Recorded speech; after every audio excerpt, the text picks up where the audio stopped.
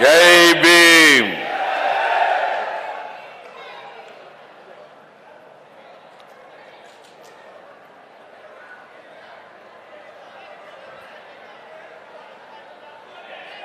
ಇವತ್ತು ಕೊಳಗೇರಿ ಅಭಿವೃದ್ಧಿ ಮಂಡಳಿಯ ವತಿಯಿಂದ ವಸತಿಹೀನರಿಗೆ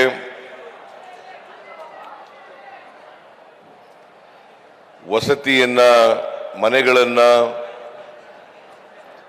ಅಂತಕ್ಕಂಥ ಕಾರ್ಯಕ್ರಮವನ್ನ ವಸತಿ ಸಚಿವರಾದಂಥ ಜಮೀರ್ ಅಹಮದ್ ಖಾನ್ ಅವರು ಏರ್ಪಾಡು ಮಾಡಿದ್ದಾರೆ. ನಾನು ಮುಂಚಿತವಾಗಿ ಈ ಕಾರ್ಯಕ್ರಮಕ್ಕೆ ಬರಬೇಕು ಅಂತ ಅನ್ಕೊಂಡಿದ್ದೆ. ಆದರೆ ನನಗೆ ನಿನ್ನೆ ಮೈಸೂರಿನಲ್ಲಿ ರಾತ್ರಿ 10:30ವರೆಗೂ ಕಾರ್ಯಕ್ರಮ ಇದ್ದದರಿಂದ ಬರೋಕ್ಕಾಗಲಿಲ್ಲ. ಬೆಳಿಗ್ಗೆ ಬಂದು ಬೆಂಗಳೂರು ನಗರದಲ್ಲಿ ಒಂದು ಬ್ಲಾಸ್ಟ್ ಆಗಿದೆ. ಆ ಬ್ಲಾಸ್ಟ್ ಆಗಿರ್ತಕ್ಕಂಥ ಕೆಫೆಗೆ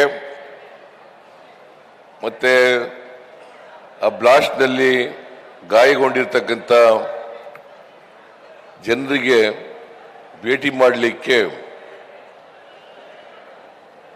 ಬ್ರೂಕ್ ಫೀಲ್ಡ್ ಹಾಸ್ಪಿಟಲ್ ಮತ್ತು ವೈದೇಹಿ ಹಾಸ್ಪಿಟಲ್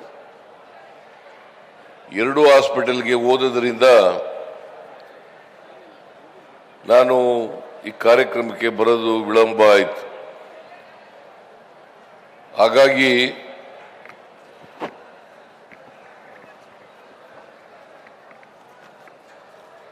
ಪಾಪ ನೀವೆಲ್ಲ ಬೆಳಿಗ್ಗೆನೆ ಬಂದಿದ್ದೀರಿ.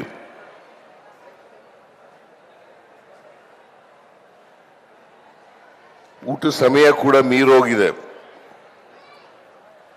ಬಹಳ ಜನ ಇಲ್ಲಿ ಕೂತಿದ್ದವರೆಲ್ಲ ಊಟ ಮಾಡಲಿಕ್ಕೆ ಹೋಗಿದ್ದಾರೆ. ಹಾಗಾಗಿ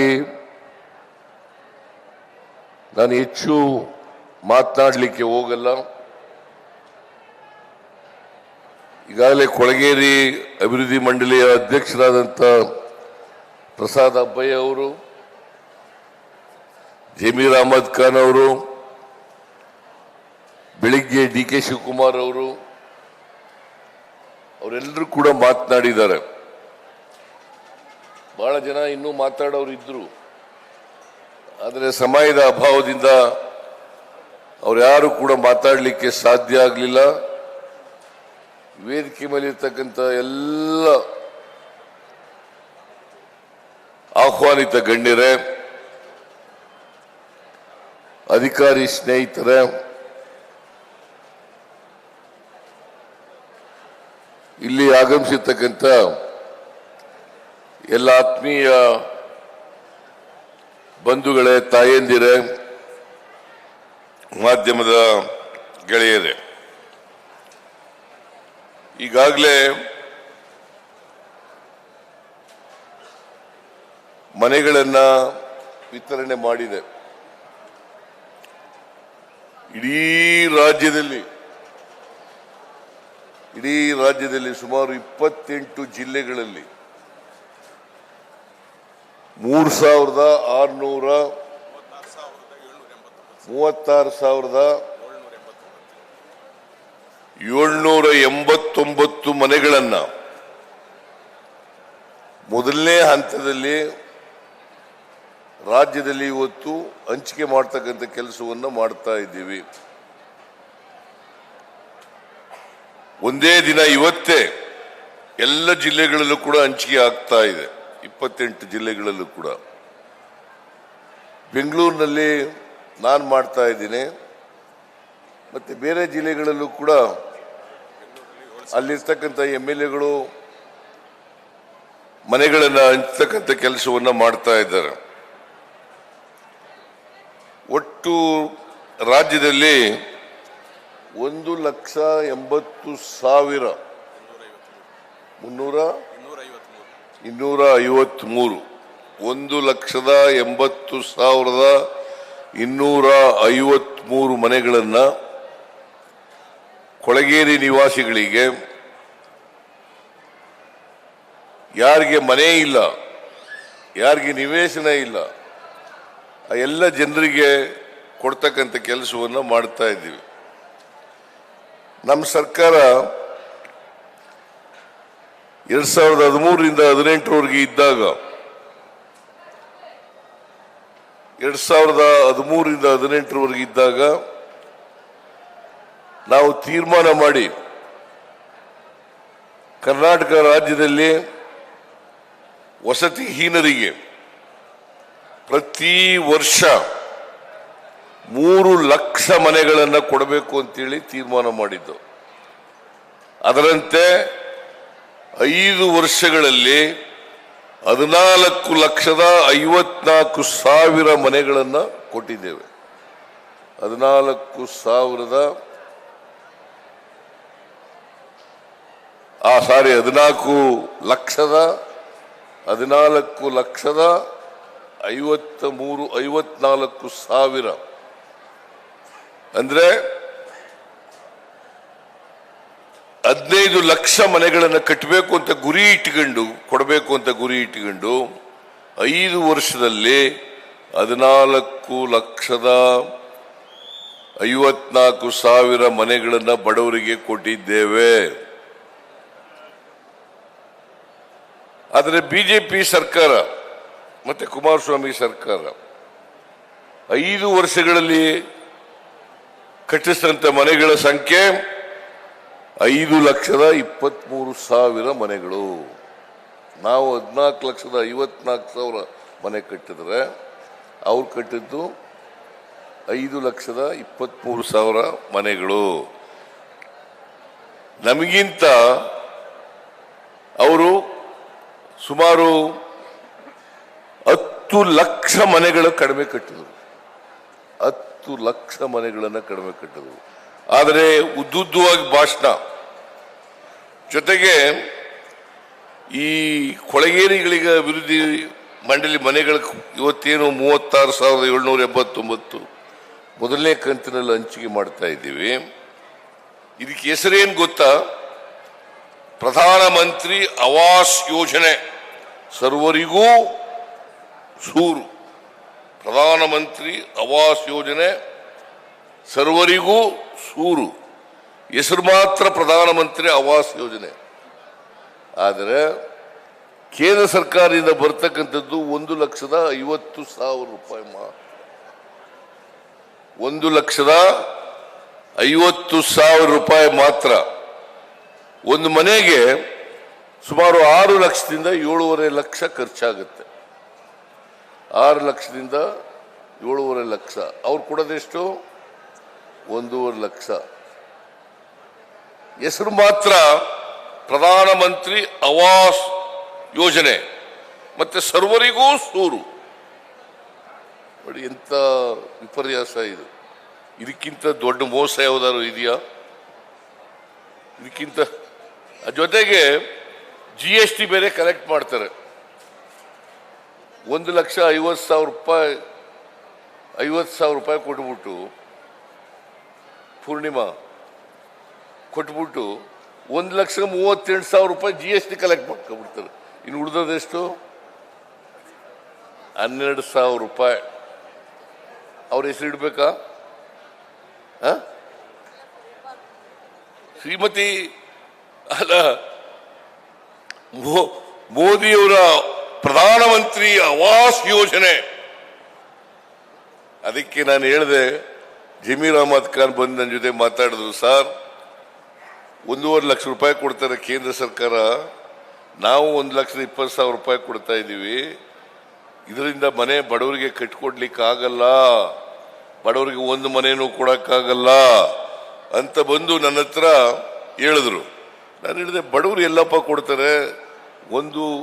5 ಲಕ್ಷ 6 ಲಕ್ಷ ರೂಪಾಯಿ ಎಲ್ಲಿಂದ ಕೊಡ್ತಾರೆ ಅವರು ಅಂತ ಹೇಳಿ ನಾನೇನ್ ಮಾಡಿದೆ, 1 ಲಕ್ಷ ರೂಪಾಯಿ ಅವ್ರ ಹತ್ರ ಫಲಾನುಭವಿಗಳ ಹತ್ರ ವಸೂಲು ಮಾಡಿ, ಇನ್ನು ಉಳಿದ ಹಣ ಸುಮಾರು 4 ರಿಂದ 5 ಲಕ್ಷ ರೂಪಾಯಿಗಳನ್ನ ಸರ್ಕಾರ ಕೊಡ್ತಿದೆ. ಅಂತೇಳಿ ತೀರ್ಮಾನ ಮಾಡಿದ್ರು. ಗೊತ್ತಾಯ್ತಾ ನಿಮಗೆ? 1,50,000 ರೂಪಾಯಿ ಅವ್ರು ಕೊಡೋದು, ಮತ್ತೆ ವಾಪಸ್ ಕಿತ್ಕೊಳ್ಳೋದು ನಿಮ್ಮ ಇದರಿಂದ. GST ನಲ್ಲಿ 1,38,000. ಪ್ರಧಾನಮಂತ್ರಿ ಹೆಸರು ಕೊಡೋದು 12,000 ರೂಪಾಯಿ. ಪ್ರಧಾನಮಂತ್ರಿ ಹೆಸರು 12,000 ರೂಪಾಯಿ. ನಾವೆಷ್ಟು ಕೊಡ್ತೀವಿ? 4ರಿಂದ 5 ಲಕ್ಷ ರೂಪಾಯಿ ಸರ್ಕಾರ ಕೊಡೋದು. 4ರಿಂದ 5 ಲಕ್ಷ ರೂಪಾಯಿ. ನಮ್ಮ ಹೆಸರು ಇಲ್ವೇ ಇಲ್ಲ, ನಮ್ಮ ಹೆಸರು ಇಲ್ವೇ ಇಲ್ಲ. ಆದ್ರೂ ನಮ್ಮ ಹೆಸರು ಇಲ್ಲದೆ ಹೋದ್ರೂ ಪರವಾಗಿಲ್ಲ, ಬಡವರಿಗೆ ಮನೆ ಕೊಡ್ತಕ್ಕಂಥದ್ದು ಬಹಳ ಮುಖ್ಯ. ಬಡವರಿಗೆ ಸೂರು ಕೊಡ್ತಕ್ಕಂಥದ್ದು ಬಹಳ ಮುಖ್ಯ ಅಂತೇಳಿ ನಾನು ಒಪ್ಕೊಂಡು ಕೂಡಲೇ 500 ಕೋಟಿ ರೂಪಾಯಿಯನ್ನ ಬಿಡುಗಡೆ ಮಾಡಿದೆ. ಏನ್ರಿ ಜಮೀರ್, ಕೇಳ್ತಾ ಇದೀಯಾ? ಏ ಜಮೀರ್, ಸುಂತಾ ನೈ?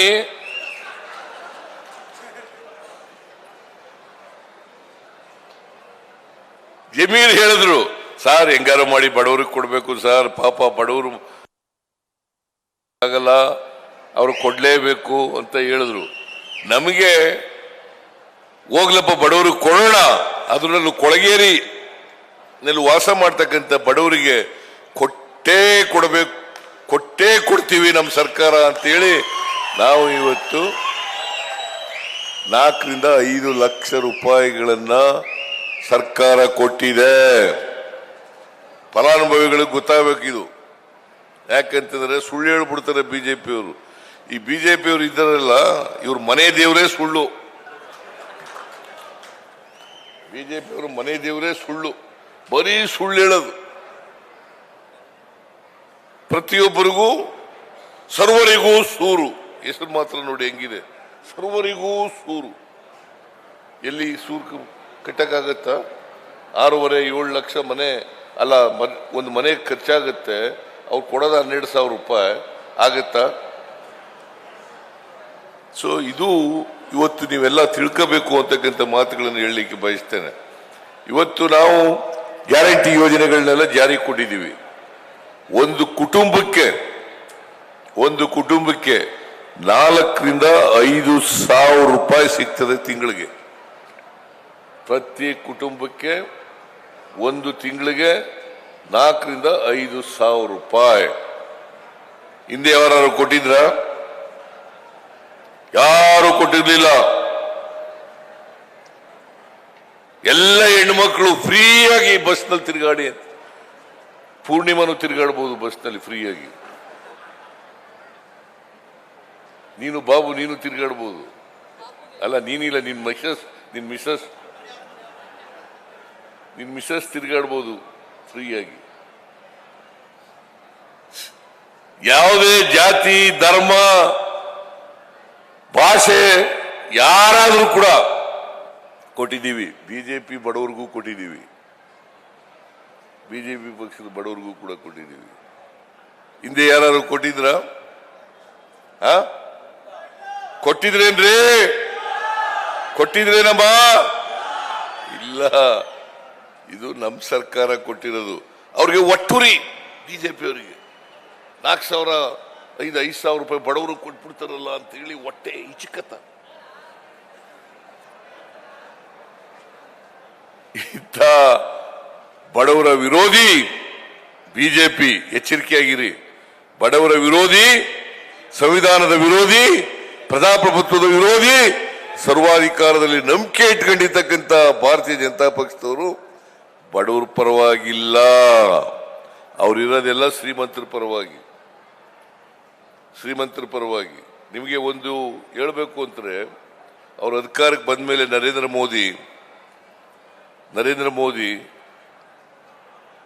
ಕಾರ್ಪೊರೇಟ್ ಟ್ಯಾಕ್ಸ್ 30% ಇತ್ತು ಮನಮೋಹನ್ ಸಿಂಗ್ ಕಾಲದಲ್ಲಿ. ಈಗ ಎಷ್ಟು ಮಾಡಿದ್ದಾರೆ ಗೊತ್ತಾ?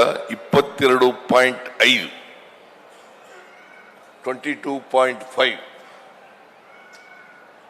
ಆದರೆ ಪೆಟ್ರೋಲ್ ಬೆಲೆ, ಡೀಸೆಲ್ ಬೆಲೆ, ಗ್ಯಾಸ್ ಬೆಲೆ, ಗೊಬ್ಬರದ ಬೆಲೆ ಎಲ್ಲ ಏರಿಸ್ಬಿಟ್ರು ಮೇಲೆ. ಯಾರಾದ್ರು ಕೊಡೋದು?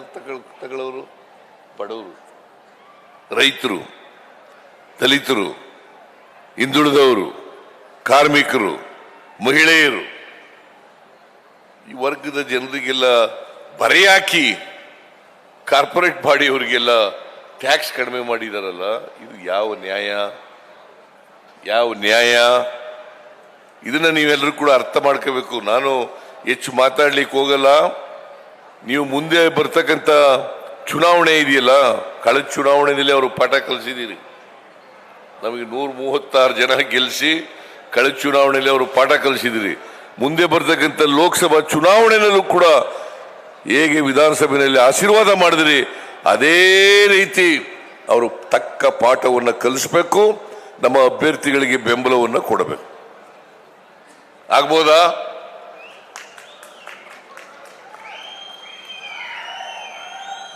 ಇಷ್ಟನ್ನ ಹೇಳಿ, ಇನ್ನೂ ಉಳಿದಂತ ಮನೆಗಳು 1,80,200 ಚಿಲ್ಲರೆ ಮನೆಗಳು. ಆ ಮನೆಗಳಲ್ಲಿ ಈಗ 36,789 ಮನೆಗಳು, 1,85,000 ಕಟ್ತಾ ಇದ್ದೀವಿ. ಅಷ್ಟೂ ಮನೆಗಳನ್ನ, ಉಳಿದ ಮನೆಗಳನ್ನು ಕೂಡ ಕಟ್ಟಿಸ್ಕೊಡ್ತೇವೆ.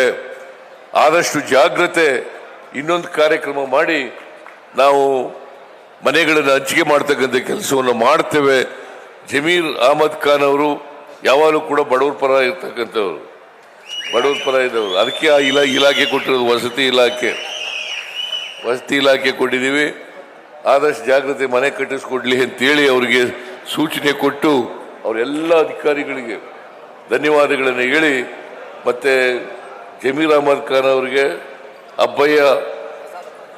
ಪ್ರಸಾದ್ ಅಬ್ಬಯ್ಯ ಇವ್ರಿಗೆಲ್ರಿಗೂ ಕೂಡ ಧನ್ಯವಾದಗಳನ್ನು ಹೇಳಿ ನಾನು ಮಾತನ್ನು ಮುಗಿಸ್ತೇನೆ. ನಿಮ್ಮೆಲ್ರಿಗೂ ನಮಸ್ಕಾರ. ನ್ಯೂಸ್ ಫಸ್ಟ್, ನಿರ್ಭೀತಿಯಿಂದ ನಿಮ್ಮ ಪರವಾಗಿ.